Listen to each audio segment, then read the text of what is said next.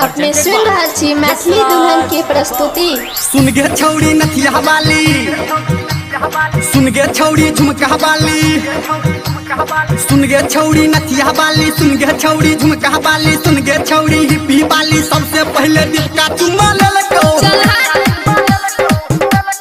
सुन गे छौड़ी नथिया वाली, सुन गे छौड़ी झुमका वाली, सबसे पहले दीपका चुम्मा ले लो।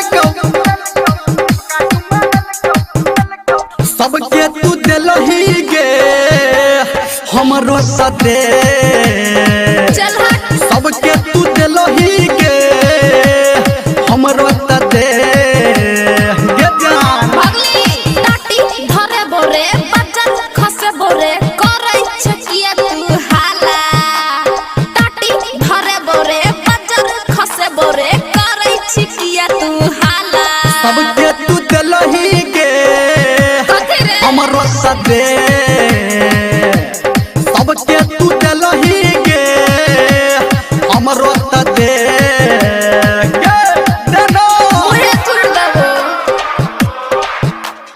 डीजे सत्यम मदना बाजार।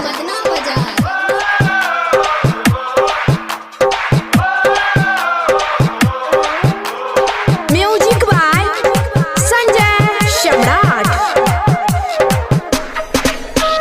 चलू ना खेती में सुआ आ मेथी में हमर जोड़ा दे आई मन।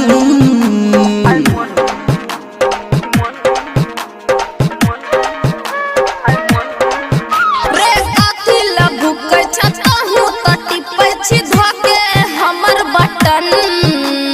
रे कान खोल के सुन ले। चलू ना खेती में सुआ आ मेथी में हमर जोड़ा दे आई मन। काथी लभु के छतहु तटी पछी धके हमर बटन।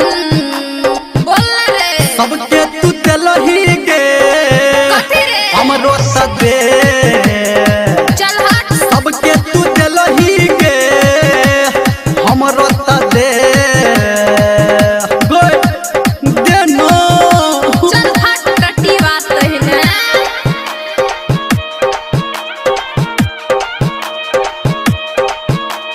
डीजे सत्यम मदना बाजार।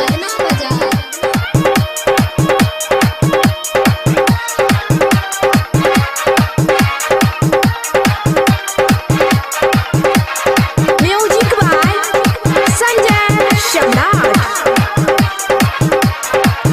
हाँ छी तू गरम के कर नहीं शरम के पढ़ नहीं गाली हुसल।